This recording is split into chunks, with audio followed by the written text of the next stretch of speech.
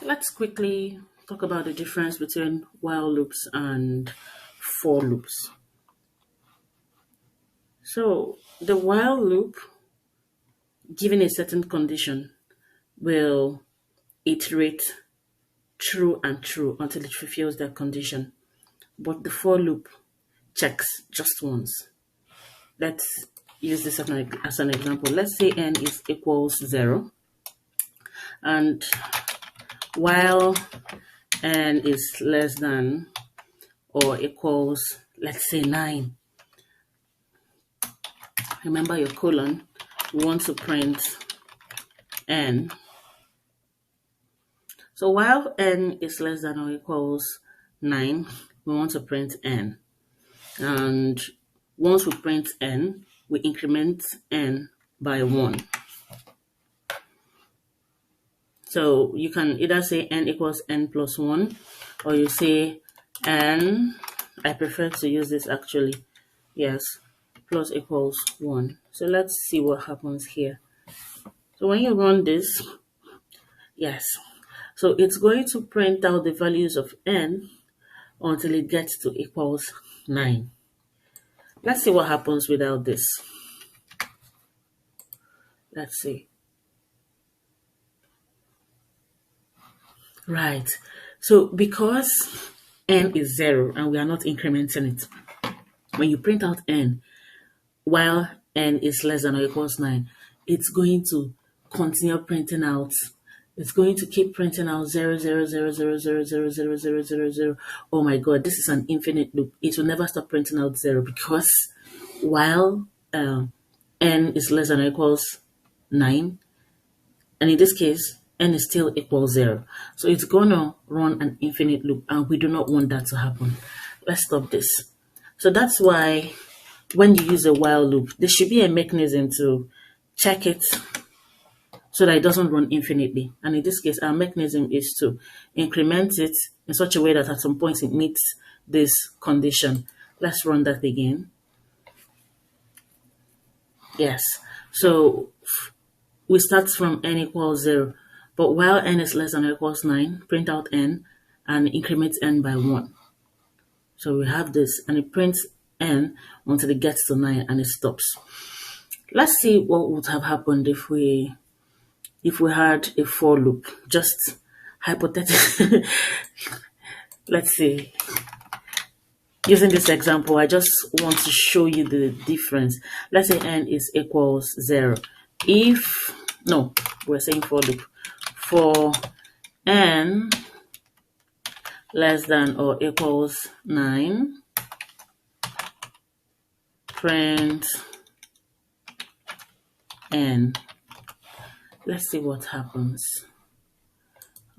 We need a colon here. Oh, there's a mistake. I did not indent. Whenever you write your for loop, or you write your if statement, or you write your while loop, the next statement must be indented. And for indentation, I usually just use the tab, which is equals 2 spaces. So whatever works for you. But for me, I think the tab works. So for n less than or equals 9, this is wrong syntax. So there is no way n for loop would work for this because n is just a variable, right? But let's say n is equals, let's say 9. Let's say 9, and we'll say we still want to use a for loop. If we say for n in, let's use range, because like I said in the last video, your for loop, just as we've seen right now, your for loop has to is designed in such a way that it picks elements or items from a collectible or from a bag or from a list. So because we don't have a list defined, we could just use range. Let's say n plus 1. I think we've come across range before, but if you can remember, range is a keyword. that has, it's like a bag. When you say range, it's like a bag that contains items from zero or from a specified start point to less than one of whatever your input is. So our input is 10 because we said range n plus 1. So it means our range, we did not specify a start point. So it's automatically going to start from 0. So we have range from 0 to 9. So what this is saying is, since our n is equals 9, and we want to, it's best to use something else here. Let's call it I. For I in range n plus 1, print n. Let's see how this goes. No, not print n. You print I. You print the item. So this is going to print items from 0 to 9, of course. Right, items from 0 to 9. So I think I should comment these. Oops.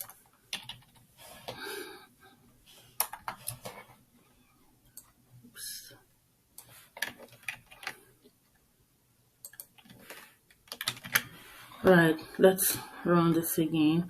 So this is going to print out numbers from 0 to 9. But for for loops, like I mentioned before, we can use a condition.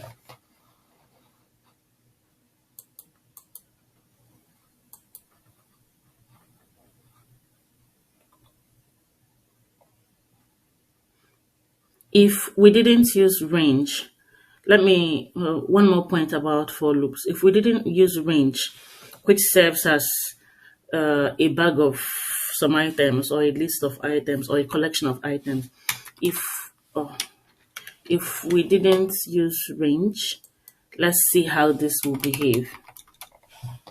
There'll be a problem with our syntax. So your for loop is always supposed to pick something from somewhere. Let's see. Right. There's a problem with our syntax. Type error. Int object is not iterable. So we need to iterate. That's what the for loop does. It goes to a collection of something, picks it one by one.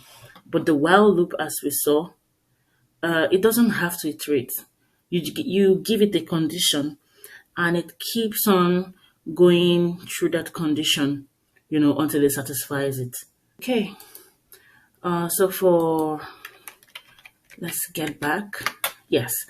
So instead of printing right away, let's look again at our if statement. We could say if I is greater than 6, print.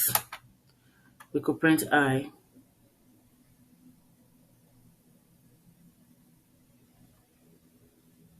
Let's see what happens. If I is greater than 6, print I. This prints 7, 8, 9, which is correct. And let's see what happens if we add break. Break. So break is another interesting keyword. Right. So what break does is, once we get the for loop is going to go through numbers from 0 up till 6, right? Because of this condition here, if I is greater than 6, break. So break at that point where I is greater than 6, that's from I equals 7, it stops iterating. Then it prints out all the other i's.